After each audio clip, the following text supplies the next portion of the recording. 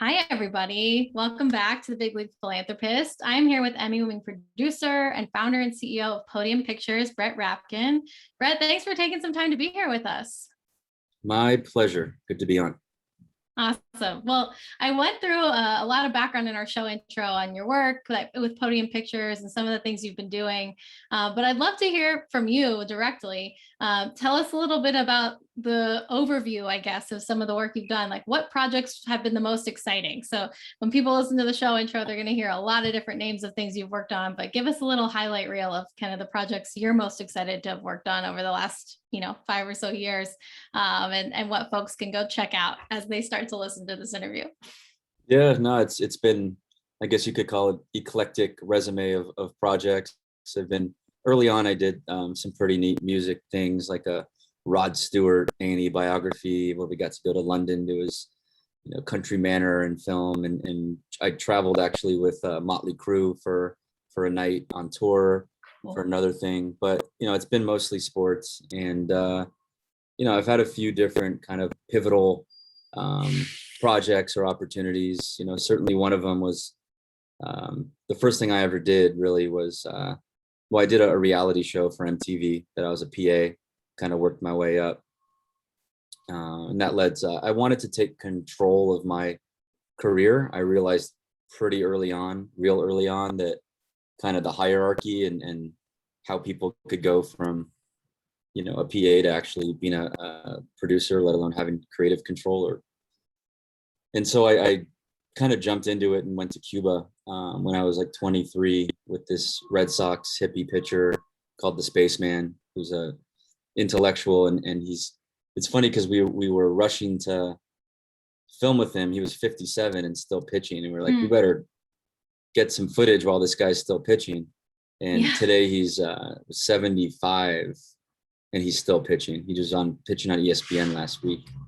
Oh my God, that's amazing. Yeah, so a lot of different things. I mean, a lot of stuff for clients. NFL was a big client for a long time, and pretty much you name it, ESPN, Fox Sports, I've done stuff for all of them, brands, Red Bull, GMC, on and on. But then I've always had an entrepreneurial streak, and there's been certain projects that I just really wanted to do for whatever reason, creative or otherwise. But the last few years, and I think Weight of Gold really solidified it.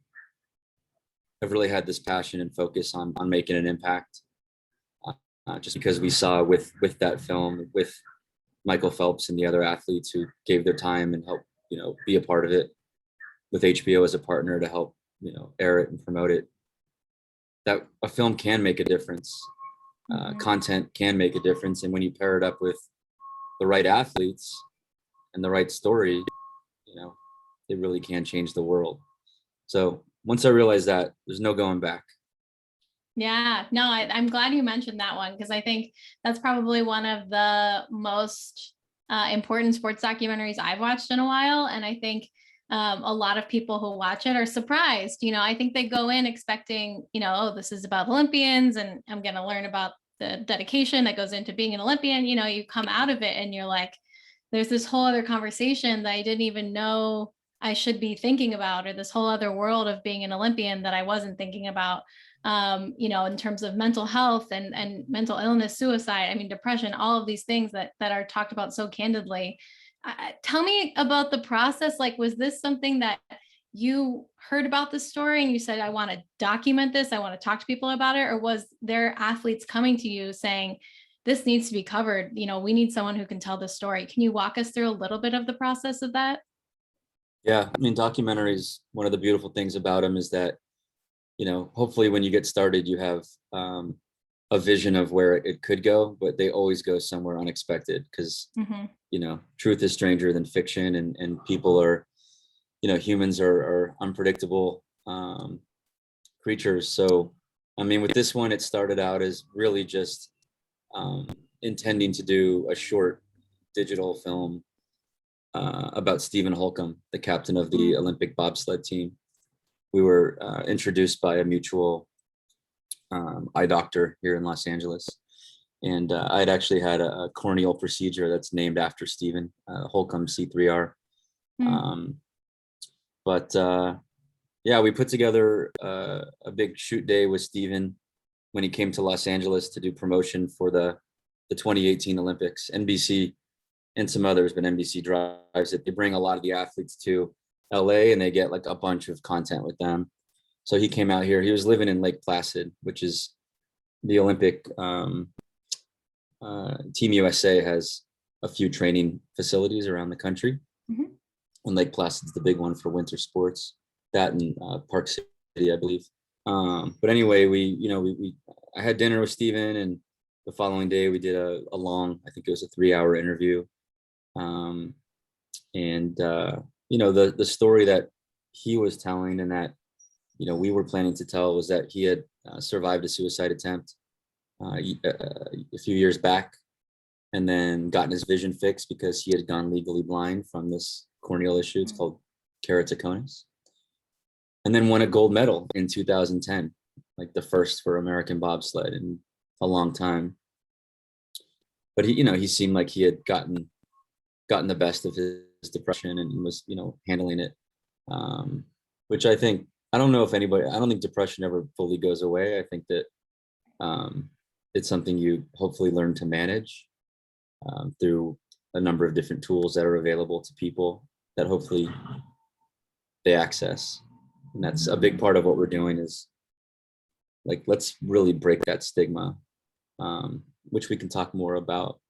But Steven, I got a call 12 days after the interview that Steven had passed away. And the project, kind of died along with him because there just wasn't a market for a short film about a dead, bobsledder. And I read an article in a magazine that there was this post-Olympic depression phenomenon, crisis, that was so prevalent. And so then I pivoted to, let's tell the story of just this unique emotional journey they go on with the pressure and having to wait 4 years, if ever, for another Olympics. And, I reached out to a few of the Olympians who I had friendships with, specifically Bodie Miller, the ski racer, Sasha Cohen, the ice skater, Jeremy Bloom, the freestyle skier, who had lost one of his teammates to suicide, as the film talks about. But it wasn't until I interviewed Michael Phelps the first time, we did 2 interviews, that I realized that a lot of the athletes felt the resources were not sufficient. And that really blew me away because, it's the Olympics, it's Team USA. There's billions of dollars being generated around the Olympics and Team USA. And the idea they wouldn't have the best of everything was shocking.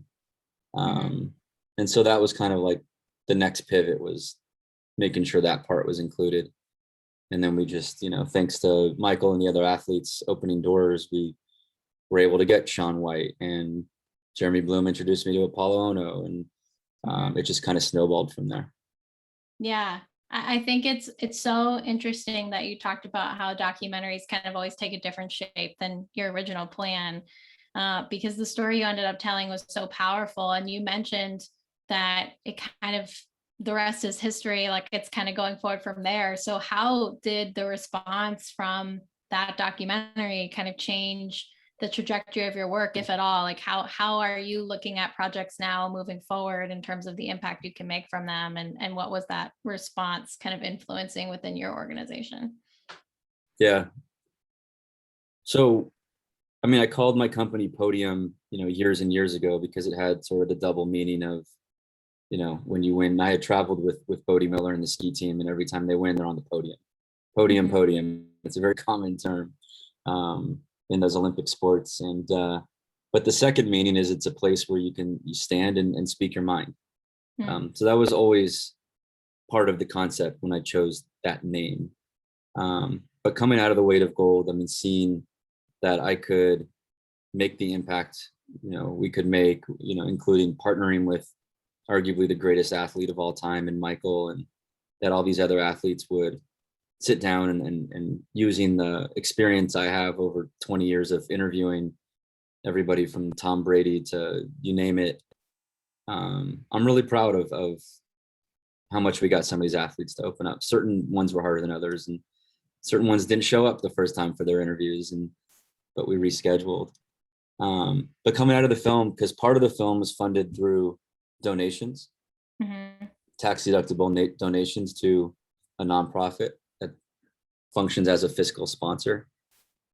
And I said, let's create our own nonprofit 501c3, because I want to do this consistently for a long time and not have to go to, because basically there's two ways that films generally get funded. One is that you fund it through investors who you're telling them, I'm going to get you your money back plus a return, which means you then have to go sell it at the end to ESPN or HBO, et cetera. Or you sell it to ESPN, HBO, et cetera, in the beginning as a concept. And they're both tough to do. I've done both with some success, but it's risky, and it's super, super competitive to try to get an ESPN or an HBO to fund your idea. It's just, they're getting pitched literally thousands of things every year. Right. So this way, with the 501c3, we can find people that are like-minded about the issue and make it about the impact, not about, them making money. They get the tax break, and we're able to also receive stock. We've done a strategic partnership with an organization called donatestock.com. Okay. It's pretty neat because people can donate stock, and people have really responded to that, because it seems like a lot of people have some stock that like their grandma left them in General Motors or something, and they don't really know what to do with it. So, so we've been doing that for the last 18 months or so, and it's been very successful so far. So it's exciting. Yeah. Oh, it's fascinating. I think it's super interesting to hear that there is a way to fund films through this nonprofit work as well. And kind of going back into this entrepreneurship process, you said you've always kind of had that entrepreneurship mindset. Why was kind of having control over the projects you took on, the work that you did, so important? And then how did you figure out how to do it? How do you start your own production company, and who did you go to? And now you're talking about starting a nonprofit. Like, who are you going to? How are you finding these resources? Like, are you talking to mentors or folks in the space? A lot of our audience is in the nonprofit world or wants to start a nonprofit, or athletes thinking about it. So tell us a little bit about the process of how you figured out how to get all this going. I remember when I was really young, like just out of college, I went to the University of Arizona. Separately, we have a division that we just created that we do college sports films funded by boosters. The boosters get to be executive producers on a film about their alma mater or their favorite coach, whatever it is. And we're doing our first film now for that division, which is about University of Arizona basketball and the longtime coach Lute Olson. But I remember being really young and I was like, I want to be a producer. And I stopped to talk to somebody. I was living in Santa Monica, and we were talking, and he said he's a producer. And I said, how do you become a producer? And he said, you start telling people you're a producer. And that's the thing, I think, with the entertainment business. I mean, it's super competitive, but the barriers to entry are kind of like, there are none really. Anybody who can get something made is a producer, and there's a lot of people who say they're a producer who can't get anything made. So I've always just had a tendency to jump into stuff. I'm not afraid to make mistakes. I've had some great mentorship. I mean, on the storytelling side, I was mentored by two guys in New York they're called Black Canyon Productions. And they brought me out to New York to finish the thing I'd shot in Cuba, because I was stuck. Like, I needed Red Sox footage for archival. And I didn't know, like, do I call the Red Sox? Do I go to Fenway Park? I had no idea. Right. And they had done Curse of the Bambino, which was a big HBO Sports hit. And they helped me get that done. And then started, hiring me and mentoring me, George Roy and Steve Stern. And then I connected early on with Ron Shelton, who did Bull Durham and White Men Can't Jump. They just had the big anniversary of White Men Can't Jump. It was a great special that ESPN's running right now with him and Woody Harrelson and Wesley Snipes. And on the story side, he's kind of been, my godfather there. And then Ken Burns, he's friends with the Spaceman. It all kind of comes back to the Spaceman, I guess. But Ken funds a lot of his films through family foundations and donations through his 501c3. So, he returns my emails and gives me a little advice here and there. So yeah, it's just not being afraid to make mistakes, being ready to pivot if needed, and just deciding that I was gonna figure it out along the way. Yeah. Well, and I want to ask too, because you mentioned in the beginning, like lots of sports projects. And if I'm right, you played sports at some point in your kind of high school days, baseball, and you were an athlete to some degree, right? You played sports, you had teammates, you kind of have that idea of what it's like to be an athlete. But why sports? Like why was sports such a big part of the stories you want to tell? And why are sports stories such an important way for you to share these perspectives and to make impact? Yeah, it's a great question. I grew up playing baseball from the time I was, 6 until the day I had my last high school game. It was a constant part of my life. I grew up, my dad played baseball. He was, drafted to play in the major leagues. He ended up having an injury and didn't do it. He became an attorney, but I did train like a pro athlete. So my brother, who's 4 years younger, one of his high school baseball teammates was Ryan Braun, who ended up becoming the National League MVP on the Milwaukee Brewers and had an incredible career. We all went to the same high school, and I was doing the same things that Ryan Braun was doing in terms of the number of days I was working out or going to the batting cage. I mean, I trained like a potential professional athlete. Now, I didn't have anywhere near the talent to actually do it, but I tried my best. So I think I can relate to a lot of these athletes because I know what it's like to be that dedicated to something. I know what it's like to have it end. I'm fortunate that I jumped into a 4-year school going to Arizona and just left baseball behind. Like I was burnt out, I was done. And Arizona had plenty of things to distract me from the fact I wasn't playing ball anymore. Right. And then in terms of sports as a canvas for storytelling, I think that, well, when I was, I think 11 years old, I went to the set of a movie that was shooting in Venice Beach, California. One of my dad's high school baseball teammates was the prop master on this movie, and it had this really weird title. I spent the day on set of this movie called White Men Can't Jump. And I have a picture of me, my brother, our friends, Woody Harrelson and Wesley Snipes in costume from set that day. But you look at a movie like White Men Can't Jump, or pretty much anything that Ron Shelton's done in the sports world. And is it about sports? Is Bull Durham about sports? Yeah, but it's about romance. It's about love and dedication and all these other themes. Sports have real stakes, and I think that's always good. But I've always been much more interested in, sports as kind of a background element, but it being about human stories. Yeah, I feel like sports somehow is such this common universal narrative that we can all kind of understand. So we understand the stakes, right? Like you mentioned, like we see the sport and we go, okay, we see what's going on, but it's the human element, like you said, that you can tell all these stories because sport is such a universal backdrop that people can kind of click into. You are able to really create this narrative around it, that those stories you want to tell within that, the romance or the drama or all of these things. Would you say it's more impactful or more effective at doing that than other kinds of stories? I see so many people using sport to tell stories nowadays. So I'm curious, like, is this just a trend that all of you in the entertainment world are seeing and being like, oh, this is the way to do it? Or is it really just something that in your mind depends on the story, really depends on the story?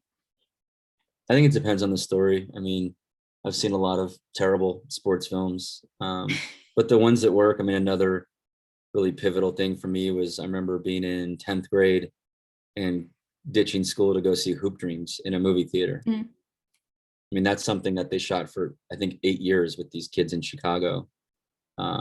Steve James, a tremendous filmmaker, Um, the ones that work really work. And, right now, I mean, The Last Dance, I was reading something about it yesterday. I mean, it just came out at the beginning of COVID when people were just, in that like making sourdough bread at home.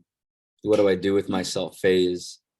And it just like really captured the country's attention. And so, I mean, ESPN now, I think it's ESPN's doing a Derek Jeter sort of, everybody's looking for the next Last Dance, but we'll see. There's only one Michael Jordan, so we'll see. True. Yeah. No, I appreciate that. I think one more question, and I just want to ask a couple more general questions around some of the work that you do, is just your three main goals for Podium Pictures is around inspiring, raising awareness, and making an impact. And I just want to know, why are these the three goals, and really more, how do you measure that success? Is it that a movie has to do all three, or a film has to really focus? Like if a film raises a ton of awareness, is that success? Maybe they don't necessarily, make a specific impact or make a specific change, but people know more about the problem. How do you measure success in some of the projects that you take on? Yeah, I think it's different with every project. And one thing, we were talking about having 4 verticals: mental health and wellness, the environment, gender equity, and social justice. And I actually just was one of the producers on a film about Title IX with Candace Parker, the WNBA star, as it was her concept, and I was fortunate enough to be one of the producers on it. Right now, we're like, let's really focus on mental health. Like, let's really, focus on mental health. I think mental health, all these issues are super important, but I think mental health and climate change are probably the 2 biggest crises of this moment. So we're going to really focus on mental health. And so a lot of times with the impact, people talk about, creating conversation.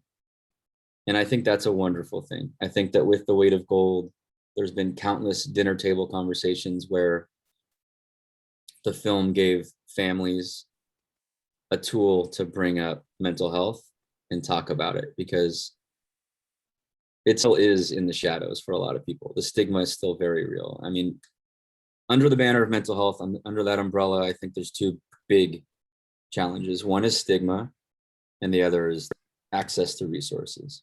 And they go hand in hand, because if you're fighting the stigma, if you're not admitting to yourself first and to others, eventually that, like, I need help. And that can mean that, you're feeling suicidal, or at the other end of the spectrum, and I look at it as a spectrum, you're just like not feeling as well as you could be. And the fact is that if you utilize some of the tools that are available, whether it's therapy, medication helps a lot of people, exercise, whatever the tool is, inpatient treatment, if that's what you need, the likelihood is you're going to feel better, especially if you do it with consistency. But so many people still don't. Why? Stigma, and then affordability, access, knowledge. And so I think that's where we're not looking to just create conversation. We're looking to actually address those things, starting with the stigma. And the reason that we love working with these athletes, and we have a whole new crop of legendary athletes, specifically Bodie Miller. We're doing a film that's focused on the Rocky Mountains, where there's some really scary mental health statistics. I was just with him in Big Sky, Montana a couple of weeks ago. We have a deal with Dale Earnhardt Jr. Like, let's look at the NASCAR demographic, kind of, that part of America, a lot of stigma. DeMar DeRozan from the Chicago Bulls. We did a partnership with him. Let's look at the BIPOC community and the stigma that exists there.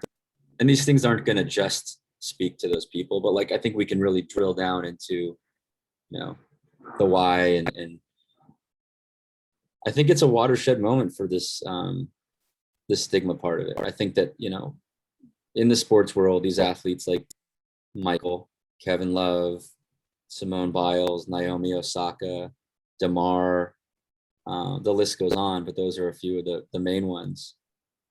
I think they've really started to change it forever. And now I see it as like the walls kind of toppling, like let's break it down. Like let's finish that. That's how I've been describing it, and how I'm thinking about it is we started something with the weight of gold. We weren't the first, it wasn't the first time Michael Phelps had talked about it, but it was the first time he had joined arms with his Olympic brothers and sisters and talked about it. And I can tell you that it was incredibly powerful for him. I witnessed this at a panel we did way before the film came out for Talkspace in New York, where Sasha Cohen and Katie Ulander, both Olympians, joined us. And Michael was so blown away to hear that they had similar experiences. Like he thought he was kind of alone in it. So yeah, it's, we made some progress with that film, but I want to finish the job. Yeah, no, I appreciate that, because I do think that the more focus we can have, like you talked about the different verticals, kind of honing in on one thing, kind of honing in on the problems, the things you're trying to solve there, and knocking those walls down, like you just talked about first, then you can sort of continue to grow and find new stories and new verticals to dive into. But I appreciate the focus on this, because I agree. I think we're in this moment of we all need to work together to change the stigma and have, people feel like they can talk about the elephant in the room, or kind of come out of the darkness and feel like they're accepted here. So one, I appreciate your work in that space, but two, you mentioned earlier, and we talk to a lot of athletes, we interview a lot of athletes that are doing work and issues that matter to them, but there are many athletes, like you said, that maybe they don't want to sit down and talk about, whether it's mental health or social impact, social justice, whatever it is. They might not know how to start or where to go. And so I just wanted to know, is there advice that you give maybe athletes in your interviews that are feeling uncomfortable about sharing around where to start, or how to get more comfortable about doing some of this stuff if this is their first time, or if they're just not really sure how to make that impact with their words, with sharing their story? Yeah. I mean, I think that for athletes, there's a tremendous opportunity, and it's missed by too many, to brand themselves as about more than just a baseball player, an NBA player, an Olympian, to be about something. And I think that in a perfect world, the sports agencies would help them create that. The sports agencies, or some kind of, manager, somebody would help them identify what that is. And we're doing some of that work with Wasserman Sports, one of the big agencies, to look at their client list and see where we can, help create content about the things that they care about. But yeah, I mean, to choose an issue, create a nonprofit, and I know there's companies that specialize in helping them do that, because it is a lot of paperwork and and some expense.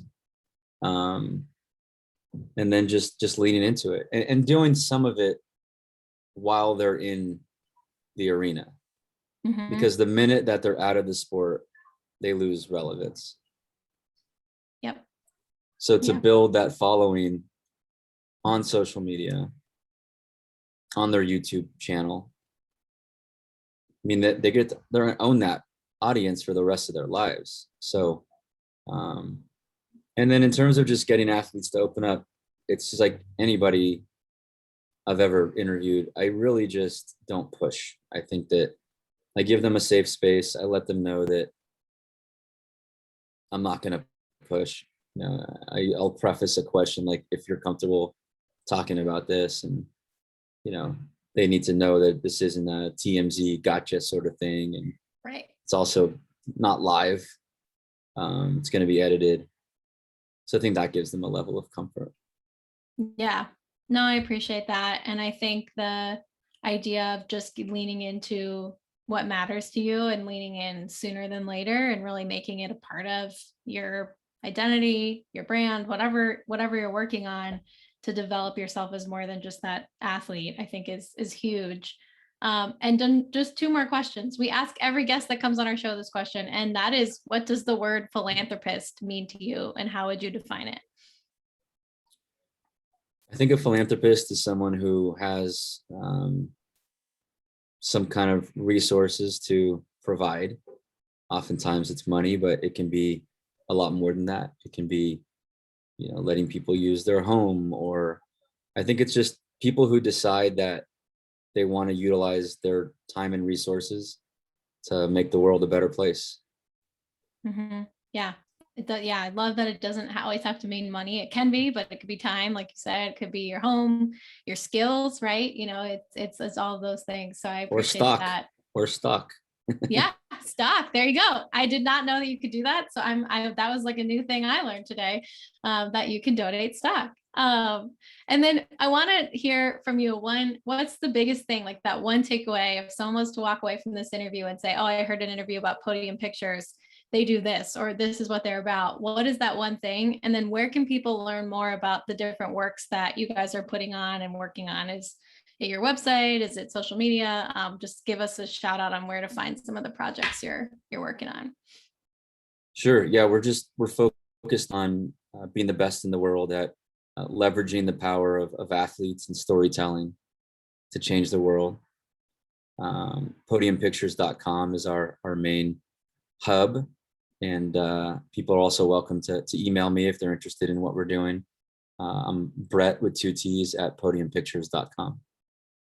Awesome. Well, Brett, this has been super, super awesome. I really appreciate you sharing so much about the process of the work you've been doing and kind of the meaning behind it. It's great to have someone in the space with impact driving them. So thanks for taking so much time to chat with us and being on the show. Thank you. I enjoyed it. Awesome. All right. We'll see everybody next time on the next episode of the Big League Philanthropist.